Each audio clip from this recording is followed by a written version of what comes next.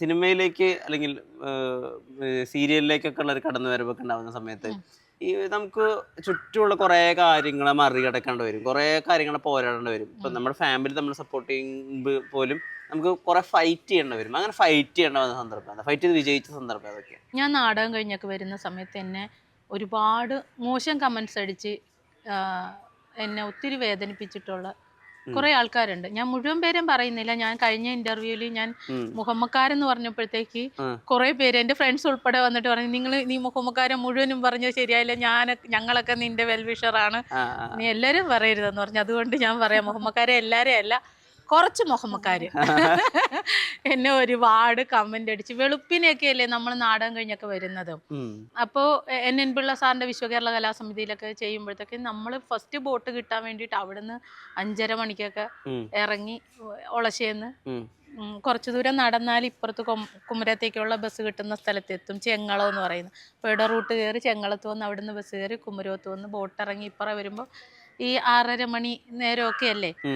ആ സമയത്ത് വെളുപ്പിന് ബാഗൊക്കെ തൂക്കി വരുമ്പോഴത്തേക്ക് അവര് വേറെ തരത്തിലുള്ള സംസാരങ്ങളൊക്കെയാണ് പറഞ്ഞത്, നമ്മളെ കമന്റുകൾ പറഞ്ഞ്. അന്ന് അത് പറയുമ്പോൾ ഇന്നത്തെ പോലെ ഫോണോ അല്ലെങ്കിൽ ഇന്നത്തെ പോലുള്ള സംസാരങ്ങളോ ഇല്ലാത്ത ഒരു കാലത്ത് അന്നൊരു 18 19 വയസ്സുള്ള എനിക്ക് അത് കേട്ടാൽ ചിലതൊന്നും മനസ്സിലാകാഞ്ഞിട്ട് കൂടെ അഭിനയിക്കുന്ന ലേഖാമ്മ എന്ന് പറയും. ഞാൻ ലേഖാമ്മയോട് പോയി ചോദിച്ചിട്ടുണ്ട്, എന്താ അവരങ്ങനെ പറയണേന്ന് ചോദിച്ചിട്ടുണ്ട്.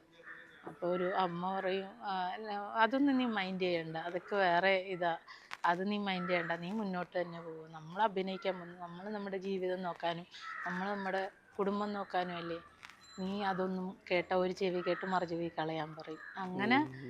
അങ്ങനെ ഞാൻ അതിനെ സ്ട്രഗിൾ ചെയ്തത് കൊണ്ടാണ് ഇന്ന് എനിക്കൊരു ആർട്ടിസ്റ്റായിട്ട് നിൽക്കാൻ പറ്റിയത്. അന്ന് അവരത് കേട്ടപ്പോൾ, അത് പറഞ്ഞപ്പോൾ അത് കേട്ട് പേടിച്ച് ഞാൻ പോകണ്ടെന്ന് വിചാരിച്ചിരുന്നെങ്കിൽ ഇന്ന് എന്നെ ഒരാളും അറിയത്തില്ലായിരുന്നു. ഇന്നിപ്പോൾ 10 പേര് കൂടുന്നിടത്ത് 2 പേര് തിരിച്ചറിയുന്നുണ്ടെങ്കിൽ ഞാൻ അന്ന് ചെയ്ത ആ സ്ട്രഗിളാണ്. അതിലെനിക്ക് ഒത്തിരി അഭിമാനമുണ്ട്.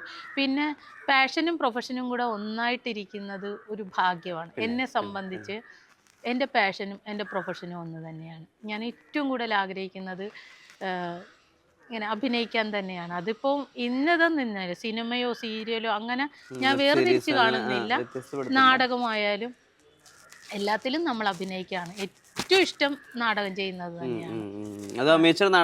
അമേച്ചർ നാടകങ്ങളാണ് ചെയ്യാൻ കൂടുതൽ ഇഷ്ടം. പ്രൊഫഷണൽ നാടകങ്ങളാണ് ചെയ്തിരുന്നത്, KPSCയിലൊക്കെ പ്രൊഫഷണൽ നാടകങ്ങളാണ് ചെയ്തിരുന്നത്. പക്ഷെ എനിക്ക് അമേച്ചർ നാടകങ്ങളോട് ഒരു വല്ലാത്ത ഇഷ്ടമുണ്ട്. അതിനൊരു ജീവനുണ്ട്, അതിനൊരു വെച്ചുകെട്ടലുകളില്ല. സംഭാഷണ ശൈലിക്ക് നമ്മൾ ഭയങ്കര നാച്ചുറലായിട്ടാണ് സംസാരിക്കും. ഇപ്പം നമ്മൾ സംസാരിക്കുന്ന പോലെ തന്നെയാണ് അമേച്ചർ നാടകങ്ങളിലെ സംസാരം. ഏതൊറക്കത്തിൽ അങ്ങനെ മറക്കാത്ത ഉള്ളി തട്ടിയ സംഭാഷണം ഏതാ? അങ്ങനെ ചോദിച്ചാ ഇപ്പൊ കക്കുകളി എന്ന് പറയുന്ന ഒരു നാടകമാണ്. വലിയ വിവാദങ്ങൾ ഉണ്ടാക്കിയ നാടകമാണ്. വിവാദം തന്നെ, വലിയ വിവാദം. പോലീസ് ഒക്കെ വന്ന് നിന്നിട്ട് നാടകം കളിച്ച, സഭ ഇടപെട്ട് സംഭാഷണങ്ങൾ മാറ്റണം എന്നൊക്കെ പറയുക. അതൊക്കെ അതിലെ ഡയലോഗ്സ് ഒക്കെ ഭയങ്കര വിവാദമായ ഡയലോഗുകളൊക്കെയാണ്. ഏതെങ്കിലും ഒരെണ്ണം പറയാൻ പറ്റുമോ? നദാലി, എന്താണ് എന്താണ് എന്താണ് നീ മടത്തി പോകുകയല്ലെന്ന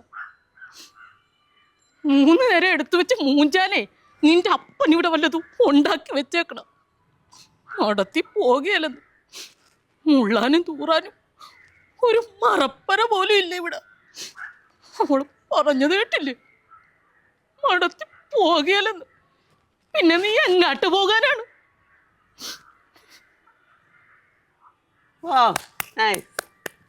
അത് പറയുമ്പോൾ എപ്പോഴും അത് ഭയങ്കര ഫീലിങ്സ് ആണ് ആ നാടകമൊക്കെ. എന്ന് പറഞ്ഞാൽ നമ്മള് ഭയങ്കര പച്ചയായ മനുഷ്യരുടെ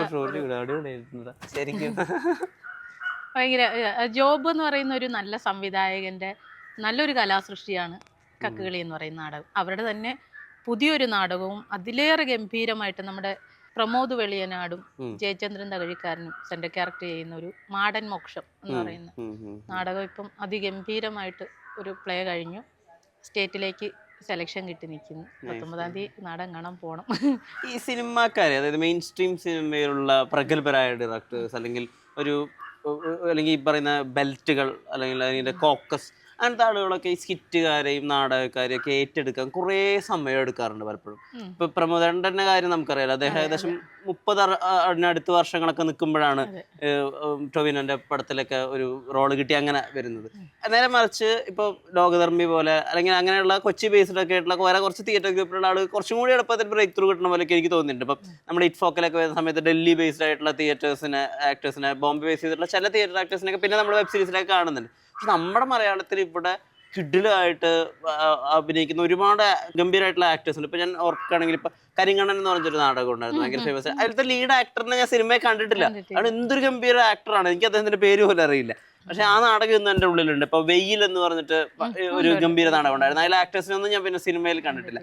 ശരിക്കും അവരൊന്നും ആരും എന്താ പിക്ക് ചെയ്യാത്ത, അതിന്റെ അടുത്ത കാര്യം എന്താണെന്ന് ആലോചിച്ചിട്ടുണ്ട്? ഈ നാടകം എന്ന് പറയുന്നത് ഒരുപാട് ജനങ്ങൾ ഇരിക്കുന്നിടത്ത് അവതരിപ്പിക്കുന്ന ഒരു വസ്തു ആയതുകൊണ്ട് അത് അങ്ങേ അറ്റത്തിരിക്കുന്ന ആളുകൾക്കും അതിൻ്റെ എക്സ്പ്രഷൻസ് മനസ്സിലാകാൻ വേണ്ടിയിട്ട് നമ്മൾ സ്റ്റേജിൽ ചെയ്യുമ്പോൾ കുറച്ച് ഓവർ ആക്ഷൻ ചെയ്യേണ്ടി വരും. കാര്യം സ്ക്രീൻ പോലെ അത്രയും നമ്മുടെ എല്ലാം മൈന്യൂട്ട് ആക്ഷൻസ് ഒന്നും ഒപ്പിയെടുക്കാനായിട്ട് പറ്റാത്തത് കൊണ്ട് നമ്മൾ അങ്ങേയറ്റത്തിരിക്കുന്നവർക്ക് കാണാൻ ചിലപ്പോൾ അവർക്ക് കേൾവി മാത്രമേ ഉണ്ടാകുള്ളൂ. അപ്പോൾ അവർക്ക് നമ്മുടെ മുഖത്തെ എക്സ്പ്രഷൻസ് തിരിച്ചറിയാൻ പറ്റാത്തത് കൊണ്ട് നമ്മൾ കൈകാലിൻ്റെ ചലനങ്ങൾ കൂടുതലെടുത്തായിരിക്കും അവരെ അത് കൺവേ ആക്കുന്നത്. അപ്പോൾ അതുകൊണ്ട് കൂടുതലും നാടകക്കാർക്ക് ഓവർ ആക്ഷനാണ്, അയ്യോ അത് നാടകം കളിക്കും സ്ക്രീനിൽ വന്നാൽ, അങ്ങനെ ഒരു അഭിപ്രായം കേട്ടിട്ടുണ്ട്. പിന്നെ സീരിയലുകാരെന്ന് പറഞ്ഞാൽ സീരിയലുകാരെ സിനിമയ്ക്ക് കറക്റ്റ് ഡേറ്റിന് ഇവര് സീരിയലിൽ കമ്മിറ്റഡ് ആവുമ്പോൾ അവരെ ഡേറ്റിന് കിട്ടത്തില്ല എന്നുള്ള ഒരു ഇതും പറയാറുണ്ട്. പിന്നെ എന്താന്നറിയില്ല, പിന്നെ നമ്മളെ ഒന്നും കാണുന്നില്ലായിരിക്കും, അതാണ് അതേ ഉള്ളൊരു ഇത്. പിന്നെ നമുക്ക് ഇതുപോലെ ഒരുപാട് സിനിമ കമ്പനികളോ സിനിമ ഇതോ സൗഹൃദങ്ങൾ കുറവാണ്. നമുക്ക് കുറെ നാടകക്കാരും കുറെ കോമഡി സ്കിറ്റ് കളിക്കുന്ന കുറെ ഫ്രണ്ട്സ്, ചേട്ടന്മാരും സഹോദരിമാരൊക്കെ ആയിട്ട് കുറേ കോമഡി ആർട്ടിസ്റ്റുകളെയാണ് നമുക്ക് പരിചയം. ഇവരും നമ്മളെ പോലെ സെയിം സിറ്റുവേഷനിൽ നിൽക്കുന്നവരാ, അവർക്കും അങ്ങനെ അധികം സിനിമക്കാരെ പരിചയമില്ല. അവരും വല്ലപ്പോഴും ഒരു സിനിമയിൽ ഒരു അവസരം കിട്ടി പോയി ചെയ്തു, അപ്പോഴത്തേക്ക് എൻ്റെ കാര്യം അവർക്ക് അവിടെ അവതരിപ്പിക്കാൻ പറ്റത്തില്ല. അത് പറഞ്ഞ പോലെ ഇപ്പം നമുക്കൊരവസരം കിട്ടിയാലും നമുക്ക് കിട്ടുന്നത് പോയി ചെയ്യുക എന്നുള്ളതല്ലാതെ അവിടെ ഒരവസരം ഇപ്പം ഇന്ന ഒരു ആർട്ടിസ്റ്റിനെ വേണം എന്ന് പറഞ്ഞാൽ നമുക്കൊരാളെ പറയാം, അല്ലാതെ അവര് ചിലപ്പം ഓഡീഷനിലൂടെ ആയിരിക്കും ഓരോ ആർട്ടിസ്റ്റുകളും തിരഞ്ഞെടുത്തിരിക്കും. ആ സ്ഥാനത്ത് വേറൊരു ആർട്ടിസ്റ്റിനെ സജസ്റ്റ് ചെയ്യാൻ നമ്മുടെ കൂടെയുള്ള ആർട്ടിസ്റ്റുകളും തയ്യാറാവത്തില്ല. അത് അവരെയും കുറ്റം പറഞ്ഞിട്ട് കാര്യമില്ല, അവര് തന്നെ ഒരു വിധത്തിലാണ് ചെയ്യുന്നത്. ഇപ്പൊ രമേശ് പിഷാരടി അടുത്ത് ഉള്ള വേദികളിലൊക്കെ തന്നെ പൊളിറ്റിക്കൽ കറക്റ്റ്നെസ് നിങ്ങളിൽ സ്റ്റേജ് ആർട്ടിസ്റ്റുകളിലൊക്കെ വരുത്തിയ മാറ്റം, അല്ലെങ്കിൽ കുറെ നിന്നുപോയ കുറെ കൗണ്ടറുകളെ പറ്റിയിട്ടൊക്കെ പറയായിരുന്നു. ഇപ്പൊ പണ്ട് സ്ഥിരമായിട്ടുണ്ടായിരുന്ന ഒരു കൗണ്ടറാണ് കല്യാണ ബ്രോക്കർ ഉണ്ടാവും. കല്യാണ ബ്രോക്കറിനോട് പയ്യൻ പറയും, ഞാനൊരു കിളി പോലത്തെ ഒരു പെണ്ണിനെ കൊണ്ടുവരാനല്ലേ പറഞ്ഞത്, അപ്പൊ ഇതാണോ കിളി പോലത്തെ ഒരു പെണ്ണ് എന്ന് പറഞ്ഞിട്ട് കുറച്ച് ഓവറായിട്ട് മേക്കപ്പ് ചെയ്തൊരു പെൺകുട്ടി ഉണ്ടാവും അപ്പുറത്ത്. അപ്പൊ പറയും ഇത് കണ്ടില്ലേ മൂങ്ങ പോലെ വേണ്ട, അപ്പൊ മൂന്നാം പറയും മൂങ്ങ എന്താ കിളിയല്ലേ. അങ്ങനത്തെ കൗണ്ടറുകളൊക്കെ തന്നെയും ഇല്ലാതായി, അത് മൊത്തം ലോപിച്ചു പോകുന്ന